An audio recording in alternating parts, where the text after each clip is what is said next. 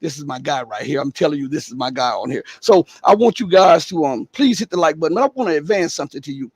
People are talking about when America hits hyperinflation.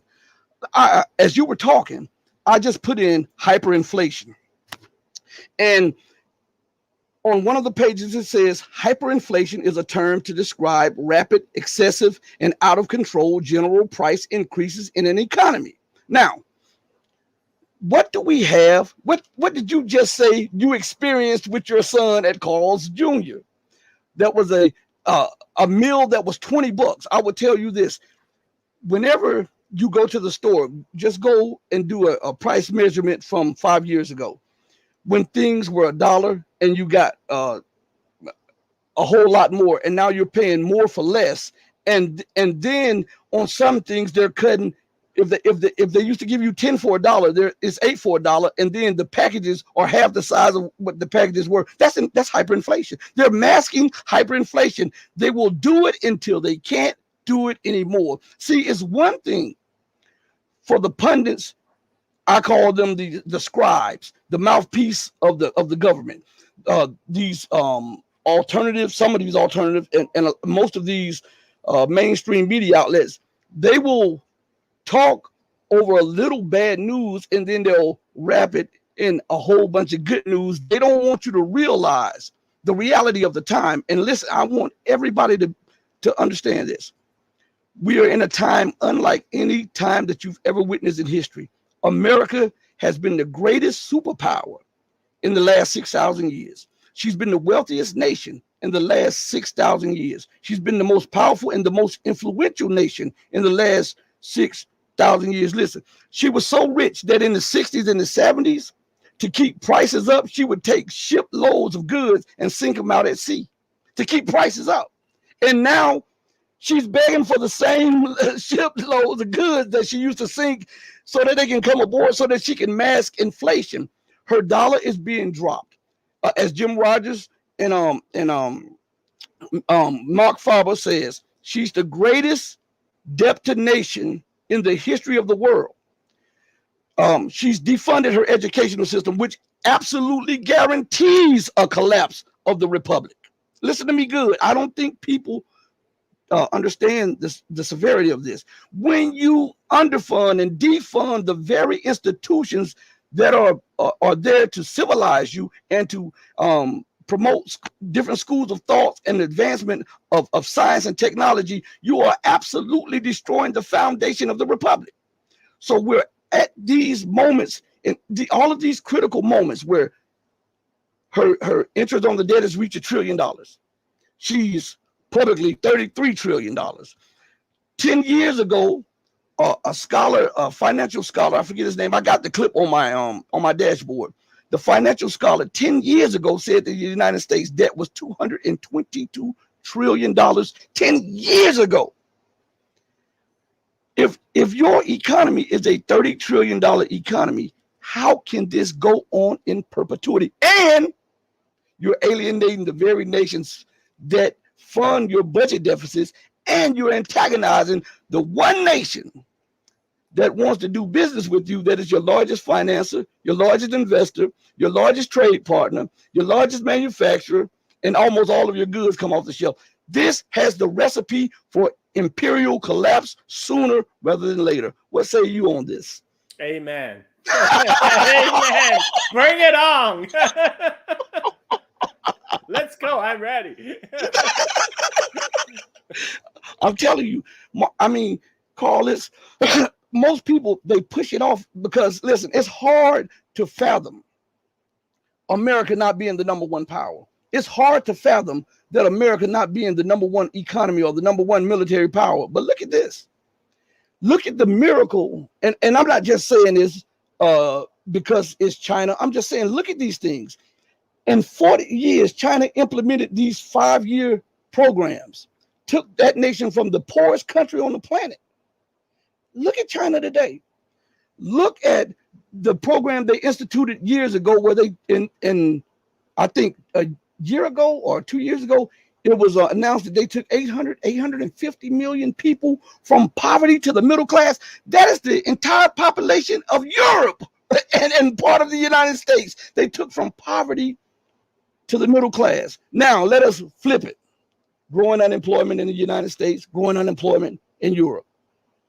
Higher prices for food and commodities in Europe, higher prices of food and commodity in the United States. Deficit spending in Europe, deficit spending in the United States.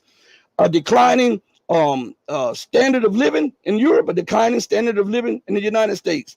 Antagonization of their finances in Europe, the same in the United States.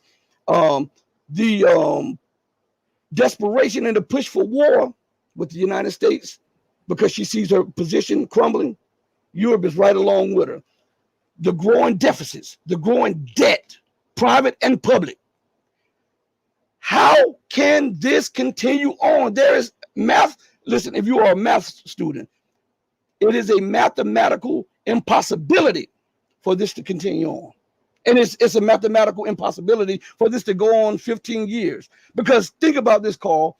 If you made $30,000 a year, just put it 30,000, and you spent $1 million a year, and you spent $1 million a year for 60 years, and you only made $30,000 a year, do you believe that you'll be able to spend $1 million a year every year? Now your interest on your money, the money that you owe, is over $1 million a year, but you're still making $30,000 a year. How in the world is that mathematically feasible to you or I? And if it's not feasible for you and I to live like that, then how can a government or a nation live like that?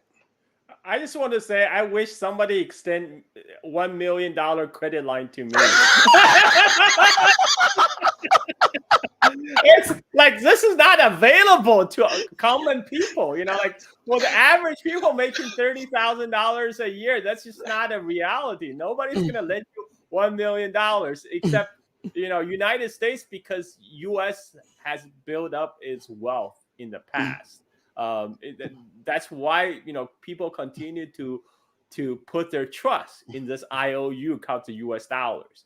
But at some point, they're gonna collect. And this is why this is why US they want to block the Chinese investment into United States, because the Chinese are saying, okay, we have all these dollars. What are we gonna do with these dollars? Maybe we can buy U.S. asset, like a real value. And that's when the people in Congress like, no. Those are supposed to be paper IOUs. You can't cash them in. And so yeah, I mean, we're man, I like, this is gonna end badly when that all house of cards falling down. It's gonna end badly for for many people, and this is gonna I mean, like, if we don't have revolution now, we're definitely gonna have a revolution then, because we're just gonna have a social class. Well, Carl, I want to advance another thought. When the world went off the gold and silver standard in 1971, I advanced that the financial doom of America and England and America was sealed. London, the London Gold Exchange. I don't know if you're familiar with this, but a few years ago, the U.S. and the U.K. were caught trying to settle debt in tungsten, and they tried to blame it on the Chinese. And then when the people retraced the gold, it came back to New York and London. And a lot of people don't understand that. Now, I liken 1971 to the year that the snake's head was cut off. If you cut a snake's head off for upwards of 3 hours, the body can still contort, the muscles still move. But eventually rigor mortis sets in. We're in that economic time right now. Economic rigor mortis is setting in on the U.S. dominated, the U.K. dominated global financial system. And guess what? The jig is up, because the gold has transferred from west to east, and China has huge amounts of it. I want to play something for you, and then I want your assessment on. I played this before, and it's talking about the reality of the gold. And this was 2 years ago. I believe it was 2 years that this clip came out, and this was about China's true holdings of gold, not what the government just comes out and say, oh, we only have 2,000 tons of gold or something. But this was an appraisal, and I remember Peter Schiff, and I remember Mark Faber, and I remember a few other pundits were talking about that China had huge amounts of gold that it was not mentioning, and that they were preparing to cover themselves just in case the United States, and this was before Russia money was stolen in the Western system, that China was prepared to cover their losses in case of a Western financial collapse or a dollar collapse. Someone told me this years ago. And as the years sped up and I started seeing the situation, I said, oh, now it's starting to make sense. So now with the theft of $650 billion from Russia, this clip right here makes more sense. I want you to listen to this. This is, it talks about China's gold holdings, sir. So we're going to play it real quick. Gold is some useless, inert asset, right, whose heyday was in the 19th century, as irrelevant to modern finance as the horse is to transport. Maybe not. Today we return to a favourite theme of ours, and once I haven't looked at since probably 2019, and that is, how much gold does China have? And for those with short attention spans who don't want to watch to the end of this video, I'll cut straight to the chase. China has much more gold than it says it does. In fact, it has more gold than the US. Its enormous gold hoards are all part of its grand global reserve currency status designs. Right, now time to back up those assertions. Let's do an audit. Audits involve a lot of numbers, and too many numbers can get a little overwhelming, so I'm going to try and keep these numbers to a mentally digestible minimum. But let me start with perhaps the most important contextual figure and anchor that in your minds, and that is US gold holdings. Official records show that the United States owns some 8,133 tons, most of it in Fort Knox. Although I should say that gold in Fort Knox hasn't been audited for 50 years. The US is the world's largest gold owner, or so you would have thought, and gold comprises 77% of United States foreign exchange reserves. China's officially declared holdings are 1,948 tons, so about a bit less than a quarter of the US, and that makes up just 3% of its $3.2 trillion of foreign exchange holdings. The real number is, of course, much higher than that. China has been the world's largest gold producer since 2007. This past decade, it has produced about 15% of all the gold mined in the world. Last year, it produced 380 tons, which is about 20% more than the world's second largest producer, Australia. And since 2000, China has mined roughly 6,500 tons of gold, and more than half of Chinese gold production is state-owned. China National Gold Corporation alone accounts for 20%. So already, just on Chinese gold production alone, that official 1,948 ton figure looks doubtful. Crucially, China keeps all of the gold it mines. Exporting domestic gold production is not allowed. And with reserves in decline at home, Chinese mining companies have also been buying assets abroad, across Africa, South America and Asia. And international production exceeded domestic production by about 15 tons last year. But as well as being the world's biggest producer, China is also the world's biggest importer of gold. It's hard to get precise import figures, but we do know that, for example, via Hong Kong alone, over 6,000 tons has entered the country since 2000. So if you add that to cumulative gold production since 2000, you get a figure of 13,200 tons. Whether imported, mined or recycled, most of the gold that enters China goes through the Shanghai Gold Exchange, the SGE, including the gold imported from Hong Kong. So SGE withdrawals, for which we do have numbers, can act as something of an approximation for demand, and it is possible to get numbers for SGE withdrawals. Since 2008, roughly 20,000 tons have been withdrawn from the SGE. Then we have to add in all the gold held in China, whether as bullion or jewellery, prior to 2000. And the World Gold Council estimates a figure of 2,500 tonnes in privately held jewellery. If you add domestic mining and official reserves, you arrive at a figure of about 4,000 tonnes. Now, Nick Laird of Gold Charts Are Us, one of the world's leading gold data experts, has cobbled it all together to produce this chart, which shows cumulative gold held in China to be around 28,911 tonnes. I've spoken to numerous analysts, Ross Norman, Bron Suchetsky, formerly of the Perth Mint, Koos Janssen, and they all arrive at similar estimates. In addition, there is gold entering China that is not accounted for by SGE withdrawals. Ross Norman points out that the People's Bank of China, the PBOC, likes to buy 12.5 kilo gold bars. They don't trade on the SGE. Also, the PBOC often uses dollars on exchanges in London, Dubai and Switzerland, while the SGE sells its gold in yuan. The army too owns gold and doesn't have to declare its purchases. Remember, there are many state agencies on top of the army and the central bank which buy gold. There's the State Administration of Foreign Exchange and China Investment Corporation, the Sovereign Wealth Fund, to give you two examples. So how much of all that huge hoard is state-owned? 40%? 50%? 60%? But at 50%, the implication is that China owns roughly 14,500 tonnes. That is 1.8 times more than the US.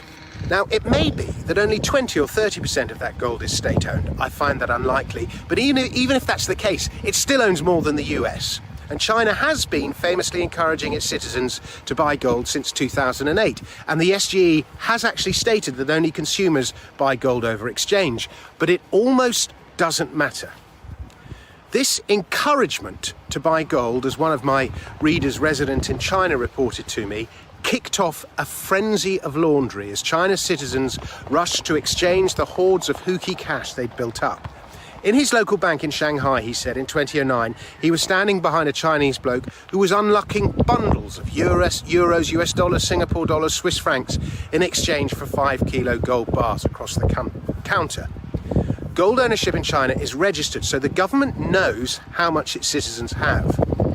But it's commonly thought that should Beijing invite private holders of gold to support a major government currency initiative by pledging their gold as a kind of war bond, then there would be a 99% pickup. The vast majority of Chinese trust their government, especially when it comes to returning China to the top of the world. And that means a considerable amount of extra gold can very quickly be mobilized to participate in whatever Beijing is planning. Chinese gold holders don't have the same mistrust of government held by Western gold bugs. The party's seen as a good housewife to the nation. But the disruption it would cause means there's no way China can declare such large official holdings, not yet anyway. There'd be an unwanted surge in both the yuan and the gold price. The government's $3.2 trillion of US dollar foreign exchange reserves would be devalued. And to declare that much gold would be a direct challenge to American supremacy, which China is, I don't think, yet ready for. Parity first, then supremacy. So for now, they follow Deng Xiaoping's doctrine of we must not shine too brightly until everything is ready. President Trump wrong-footed the Chinese, and that and COVID, the great accelerator, may have brought schedules forward. The Chinese president Xi Jinping is known as a man of destiny, and he may want the great ascension to happen on his watch. But backing its money, if only in part with gold, as empires on the rise are wont to do, would give China great credibility in a world awash with money printing. He talked about the level of gold reserves that the Chinese have, and I was looking at something in the chat, and let me pull it up on the screen real quick. The chat is going quick. Jenny BN says this, and this will answer this right now. the U.S. will just seize all the assets of Chinese investors. See, this is what we were talking about before.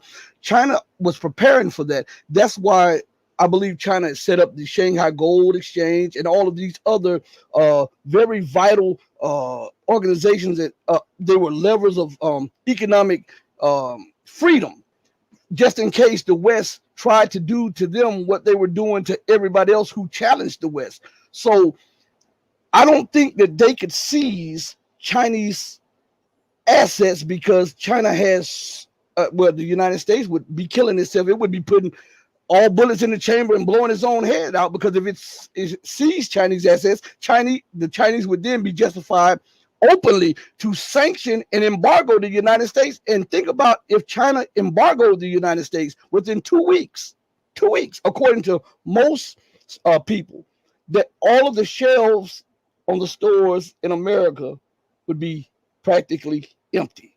That would be suicide. And before you comment, I want to just bring up something real quick. There's an article from Grayers. He's an investor and he's on King World News. And this came out April 22nd, 2019. And the title of it is Grayers: China's gold holdings exceed 30,000 tons. Now, my thoughts are, now I'm thinking about what they're saying, that China realized what the United States did to Japan when Japan was on the rise economically. China saw what the United States did with all of its competitors. So what China did was put in things like the BRICS Bank, the AAIB Bank, the Shanghai Gold Exchange, all of these other things, and then started quietly acquiring tangible assets, the owning of companies, the owning of non-Western companies, the owning of mines, and all of these tangible things, gold and silver. They have copper reserves. They have, all of these things that the West takes for granted. China has built up national strategic reserves, like the United States has a strategic oil reserves. China has strategic reserves of all of these critical things that are needed to keep an economy going. So I don't think that they would be able to seize the Chinese assets. And if so, I believe that China has this bet with the gold that say, okay, you want to play a game? Now I can shoot the dollar in the foot and just kill it. I can just kill the dollar by announcing to the world that we do have X amount of gold, and we'll be backing the yuan with gold and oil. You can buy oil in Chinese yuan now. A lot of people don't know that. So I believe that this was to minimize the losses when the time came for a stampede out of the U.S. dollar. What do you say about that? That's a good point. I was watching the documentary you show. I think it's legit because, like he pointed out, it's true. China is the world's largest gold producer, and China doesn't export gold. And China has to. People have to remember, China had to build up its gold reserve from zero, because in 1949, when the Chinese Civil War was wrapping up after the communist victory on mainland China, Chiang Kai-shek's government, the nationalist government, they took all the gold reserve from banks of Shanghai. They took it with them to Taiwan. So in 1949, China had no gold reserve. So they had to slowly build that up from zero. But it's helped by the fact that there's a lot of gold mines in China. China has all traditionally been world's largest gold producer. And by not exporting, they're slowly accumulating gold. And as you know, when China started to accumulate large piles of dollars, they have to reach a realization that, okay, these are just paper. These are just paper IOUs. So when they they have tried to cash in, by investing U.S. assets. But this is where there's a huge freak out in the Congress. They say, oh no, communist CCP influence the United States. They're buying up everything. We must stop them. So China has been divesting from the United States. Talking about U.S. seizing Chinese asset. Well, the Chinese investors are smarter than that. Mhm. They're running ahead of the game. So they have been slowly I mean, there was a point Tencent was investing in Top Gun sequel. You know, the Top Gun Maverick was originally financed by Tencent until there's like a big uproar on like Reddit and the U.S. Congress, and then so they were forced to pull out. And same thing with AMC. Well, I actually just went to watch a Chinese movie in an AMC theater near my parents' house because after the Chinese company Wanda purchased AMC back in 2012, and after that, you know, the AMC started showing Chinese movies in areas with large Chinese population. But I just look it up, like just 2 years ago, 2021, the the owner of Wanda sold most of his stocks in AMC. He cashed out. And so the Chinese investors are now waiting for the U.S. government to seize their asset. They are cashing out. They are divesting away from the United States. They're investing in places like Brazil. They're investing in places like South Africa. You know, this is why there's a BRICS grouping. And they realize that, you know, when they invest in the U.S. asset, there's a good chance now that U.S. government is going to say, "Oh, sorry, this is all mine now." Mhm. And so they don't want any of that. They don't want it. So the divestment from United States is already happening. The decoupling is already happening because China realized U.S. is not a reliable partner. So they are divesting, they're decoupling from U.S. to build a safety. And so yeah, I don't think I mean they see what U.S. is doing to Russia, and they understand same thing can be applied to China as well. I mean, that's how U.S. sanction works. The sanction never goes away. U.S. will only pile sanctions on top of existing sanctions. And all the sanction regimes that U.S.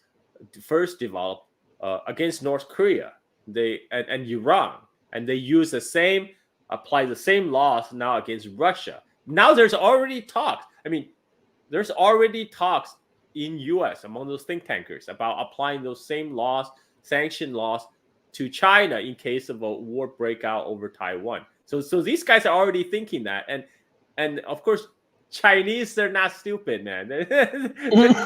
You know, when you openly talk about stuff like that, they are making contingency plans.